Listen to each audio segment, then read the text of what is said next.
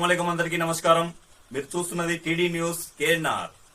The Karimnagar cooperative urban bank PIC చైర్మన్గా July 7, 2026 రోజున శ్రీ గడ్డం విలాస్ రెడ్డి గారు పదవి బాధ్యతలను స్వీకరించారు. ఈ సందర్భంగా ఆయన మాట్లాడుతూ వరంగల్ సహకార ట్రిబ్యునల్ ఆదేశాల మేరకు ఇటీవల జరిగిన అర్బన్ బ్యాంక్ ఎన్నికలకు ముందు ఉన్న పాత పిఐసిని యథావిధిగా కొనసాగించాలని ఉత్తర్వులు జారీ చేసిందని, ఈ నేపథ్యంలోనే మా కమిటీ బాధ్యతలను స్వీకరించిందని అన్నారు. ఇదిలా ఉండగా ఇటీవల జరిగిన అర్బన్ బ్యాంక్ ఎన్నికలు వివాదాస్పదంగా మారాయి. కరీంనగర్ సహకార అర్బన్ బ్యాంక్ ఎన్నికలపై అభ్యంతరాలున్నాయంటూ గడ్డం విలాస్ రెడ్డి గారు మరియు కొంతమంది సభ్యులు కలిసి వరంగల్ కోఆపరేటివ్ ట్రిబ్యునల్లో పిటిషన్ దాఖలు చేశారు. కోఆపరేటివ్ బైలాను ఉల్లంఘించారంటూ వీరు కోర్టు మెట్లు ఎక్కడంతో క్షుణ్ణంగా పరిశీలించిన కోఆపరేటివ్ ట్రిబ్యునల్ ఎన్నికల ప్రక్రియలో పారదర్శకత లోపించిందని, నామినేషన్ పత్రాలు, ఓటర్ జాబితా మరియు బ్యాలెట్ పత్రాలు వంటి ఎన్నికల రికార్డులన్నీ భద్రపరచాలని ట్రిబ్యునల్ సూచించింది. ఎన్నికల ప్రకటనలో జరిగిన లోపాలపై వివరణ ఇవ్వాలని జిల్లా కోఆపరేటివ్ అధికారిని మరియు ఎన్నికల అధికారిని ఆదేశించింది. జనరల్ బాడీ సమావేశాలకు కూడా రాని వారికి ఓటు హక్కు ఇవ్వడాన్ని ట్రిబ్యునల్ ప్రశ్నించింది.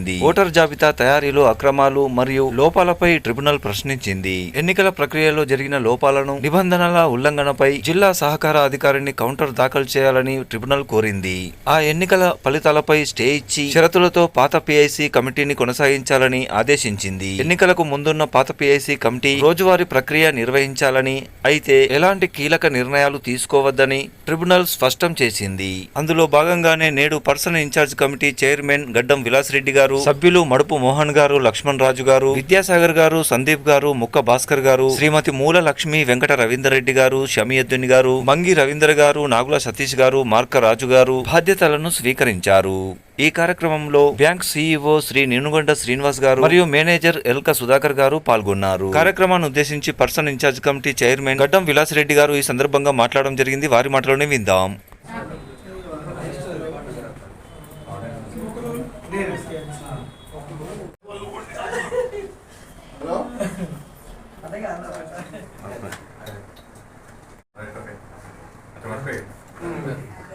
ఇప్పుడు చైర్మన్గా పదవి తీసుకున్నాను. ఇది ఒక హిస్టారికల్ సందర్భం. ఈ రోజు వస్తా నేను కళ్ళలో కూడా ఉంచలేదు. తీసుకోవచ్చు. నేను బ్యాంకును మంచి చేద్దామనే ఉద్దేశంతో మంత్రి గారి సహకారంతో ఇందులోకి అడుగుపెట్టాను. నేను దాదాపు 1.5 year సర్వీస్ చేశాను. 1.5 yearలో 1 year చైర్మన్గా చేశాను. చైర్మన్ చేసినప్పుడు నేను ఏం చేశానో అందరికీ తెలుసు. కానీ అనుకోకుండా హైకోర్టు ఆర్డర్ వల్ల ఎలక్షన్కి వెళ్ళవలసి వచ్చింది. ఆ ఎలక్షన్ నేను ఏదైతే బైలా ప్రకారం యాక్ట్ ప్రకారం ఎలక్షన్ చేయమని నేను వాళ్ళకి లెటర్లు ఇచ్చానో అది ఉల్లంఘించి లెటర్లు ఇచ్చారు.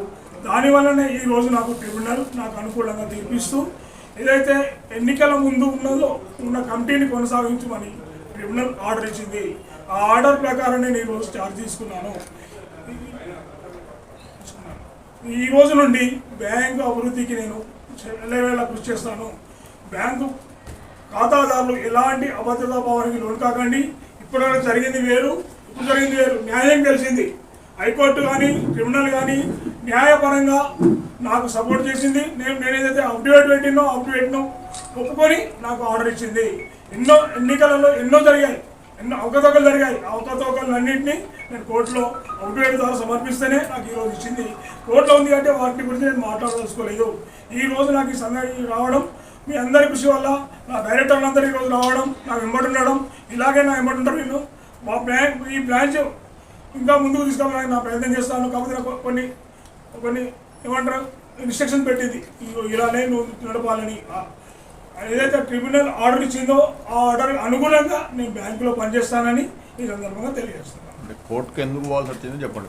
కోర్టుకు పోవడానికి కారణం నేను రూల్ 22 ప్రకారం ఎలక్షన్ జరుపుకొని ఏదైతే ఆర్సీఎస్ వాళ్ళకి ఇచ్చాను. నేను వాళ్ళు ఏం చేశారు, దాన్ని ఉల్లంఘిస్తూ చేశారు. నేనేం చేశాను, రూల్ 22 ప్రకారం బీసీ రిజర్వేషన్ ఇవ్వాలి, ఎస్సీఎస్టీ రిజర్వేషన్ ఇవ్వాలి, డివిజన్ వైజ్ రిజర్వేషన్ ఇవ్వాలి. నేను సెప్టెంబర్ కట్ ఆఫ్ డేట్ పెడితే వాళ్ళు జూన్ కట్ ఆఫ్ డేట్ తోటి ఎలక్షన్ పోయారు. ఆల్రెడీ ఆర్సీఎస్ ఇన్స్ట్రక్షన్స్ ఉన్నాయి. నవంబర్లో ఎలక్షన్ జరిగితే ఖచ్చితంగా సెప్టెంబర్ కట్ ఆఫ్ టైం తీసుకోవాలి. కానీ వీళ్ళు ఏంటంటే జూన్ కట్ ఆఫ్ టైం తీసుకున్నారు. అంతకుముందు హైకోర్టు ఒక 15 మంది తీసేసింది. ఆ జడ్జిమెంట్ 14వ తారీఖు వచ్చింది. జడ్జిమెంట్ కాపీకి రాకముందే 15 మందిని చేరుస్తూ 15 నాడు ఎన్నికలకు పోయారు. ఇది అన్యాయం. ఎన్నికల నిబంధనలకు విరుద్ధం. వాయిదా వేయాలంటే 14 నాడు జడ్జిమెంట్ వస్తే కాపీ రాకముందు వాళ్ళు ఎట్లా చేస్తాను? చర్య తప్పు కదా. వీటి మీద ఫైట్ చేశాను. దానికి ట్రిబ్యునల్ కూడా ఒప్పుకున్నారు. ఇది ఒకటే కాదు, చాలా కారణాలు ఉన్నాయి. అన్ని కారణాల వల్లనే ఈరోజు నేను మళ్ళీ పాత కమిటీకి అవకాశం వచ్చింది. ధన్యవాదాలు.